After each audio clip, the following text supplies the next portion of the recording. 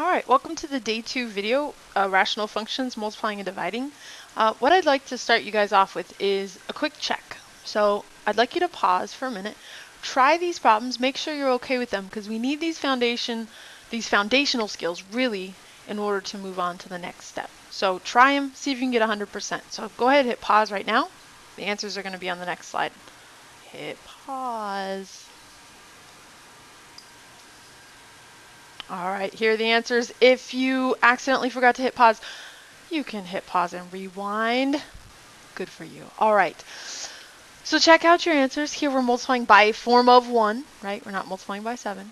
We're multiplying by a form of 1 and a form of 1 to get the same denominator.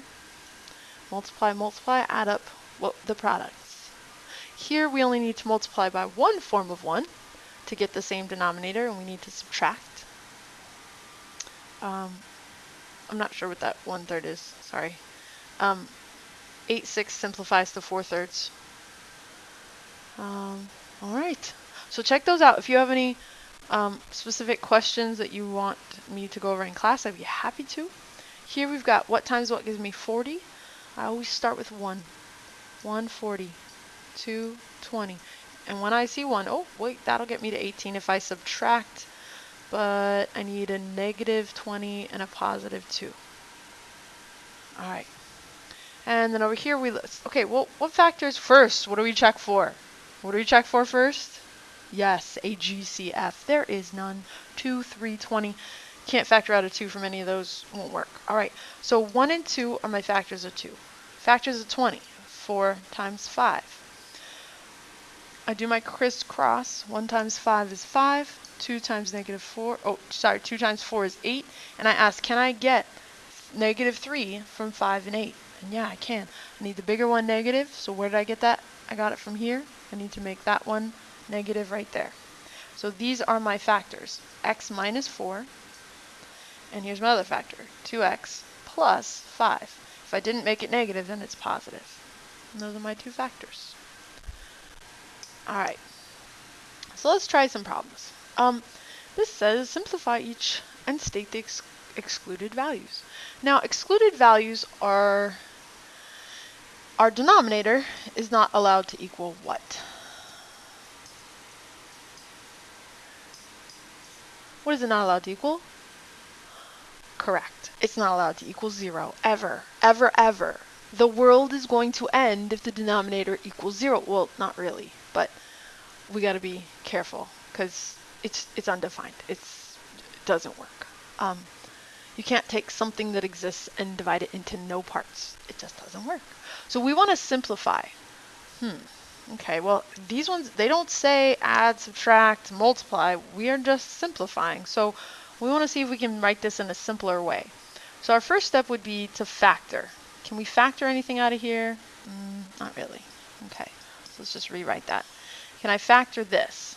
Yes, let's check. 8 is 1 times 8, or 2 times 4, and I need to get to 6. Yeah, 2 and 4 will get me to 6, so I'm going to factor this p plus 2 and p plus 4. All right, so notice in the numerator there are no parentheses, but this division bar is kind of like an imaginary parentheses. Everything on top of that actually is in a parentheses. Now, do you notice anything in common in the numerator and denominator? Yeah, good.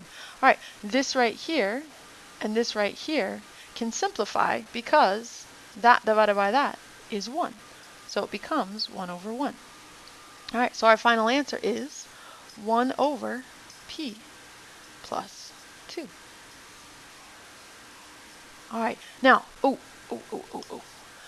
not done, right? I need to state my excluded values. So this is our answer, our simplified answer, but we need to identify our excluded values. In this case, we're not allowed to let p equal a negative 2. But could p equal negative 4? Let's see.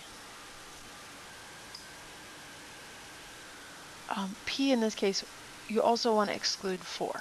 P is not allowed to equal 4. I'm sorry, negative 4, right?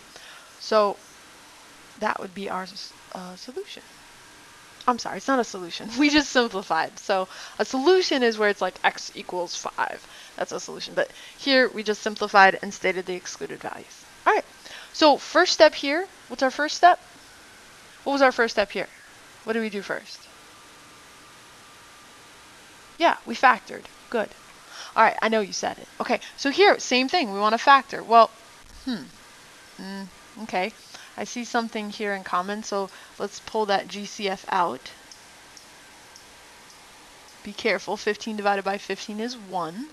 And then we have 9 in the numerator. Now, I want to factor it again, because I see 15 is, I can rewrite it as 5 times 3, and I can rewrite 9 as 3 times 3. So I'm going to do that so I can really see this division happening. 3 times 5 and a minus 1. So do you see what I did? I just broke up my 9 3 times 3 and I broke up my 15 3 times 5. So the 3's simplify. That becomes 1. And then we would be done. 3 over 5a minus 5. Now notice I multiplied this back together, right? We don't want to leave it in factored form for our final answer. But we do need to state our excluded values.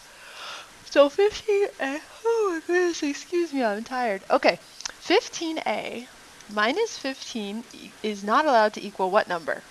I'm looking right here. This is never allowed to equal what? Yes, 0. It's never allowed to equal 0. So I just write that statement. I say, well, the denominator is not allowed to equal 0. Okay, so let's add 15. Let's solve it like Algebra 1 equation.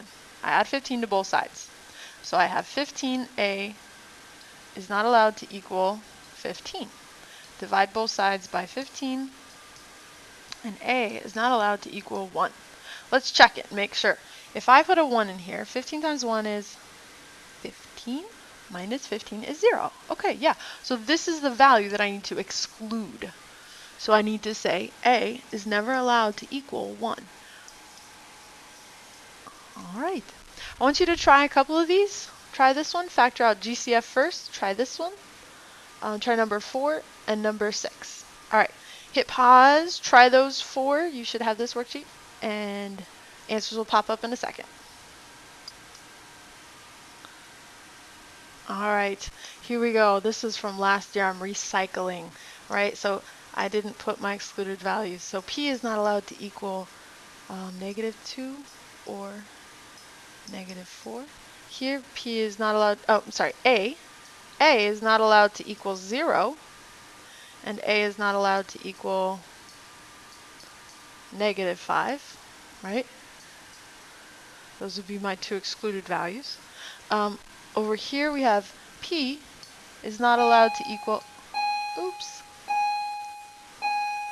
Sorry guys. Okay, so P plus 2, remember just like when we had our factors and we were finding our zeros, if I have P plus 2 here, I'm going to set that equal to 0 and subtract 2, so P equals -2 is not allowed, and P is not allowed to equal +1.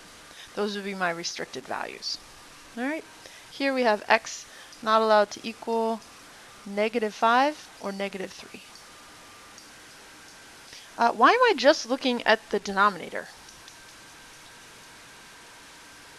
Why don't I restrict these values up here? Think about that. All right, food for thought. Over here, let's see.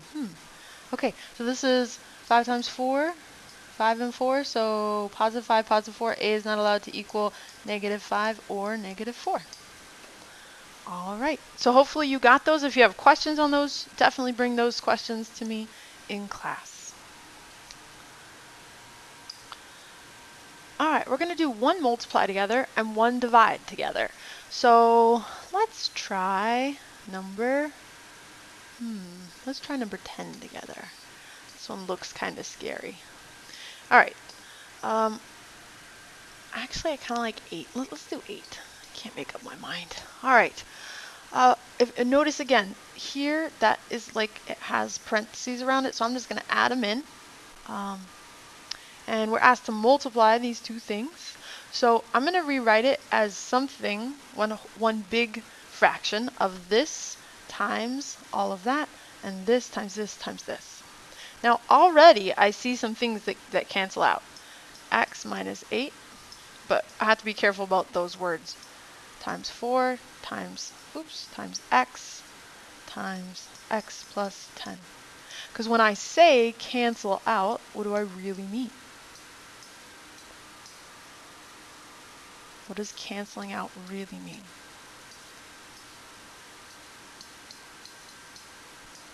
All right, so here I'm going to cancel this out. But really what's happening? X minus 8 divided by x minus 8 equals what? Right, it equals 1. So that becomes 1 over 1. All right, what else can we simplify? Yep, here we've got x plus 10 over x plus 10. Simplifies to 1 over 1. All right, what remains in the numerator? Anything else in common? What about that x and that x? Can I just go cross, cross? Ooh, can I? All right, so we talked about this in class about one of the major misconceptions. If you have a sum or a difference, you can't go canceling things out. It has to be a product of things in the numerator and a product of things in the denominator in order to cancel two factors out, because this whole chunk is the factor. And you can't say that these two match up because this is saying x, like 10, and this is saying 16. This is one chunk together. You can't go canceling out part of a chunk or a factor. All right, so final answer, 4x over x plus 6, right? And if we needed to restrict our domain values, let's see, would we restrict all of these pieces? I don't know, it's kind of weird.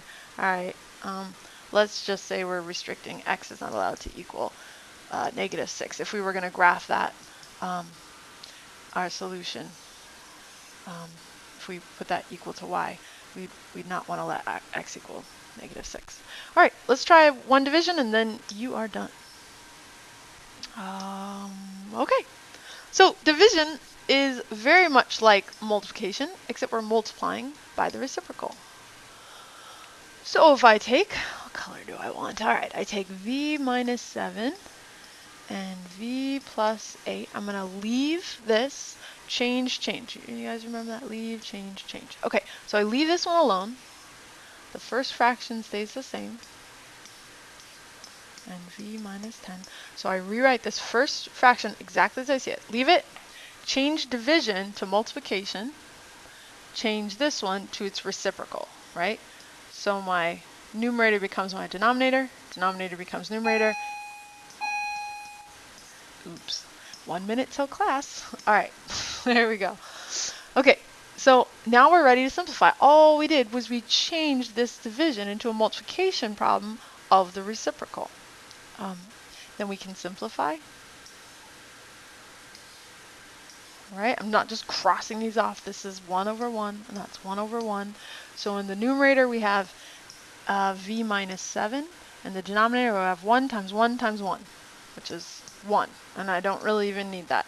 So v minus 7 is the simplified version of this big, huge monster statement.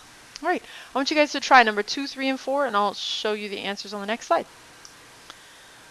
All right, so go ahead and check your answers. I did not finish number 4. I want you to, this is often a spot where students get stuck, so I just wanted to go through it with you. Right here, I multiplied by the reciprocal, and I factored out that 3, and now I have 6 minus n, and I have n minus 6. And many of you may be tempted to just go crossing those off, because they both have an n, they both have a 6, and they both have a minus sign. But my question to you is, are they the same? N minus 6 and 6 minus n. Are they the same? How could you test that? All right, think about it. We'll talk about it in class. All right, thank you for watching. Bye.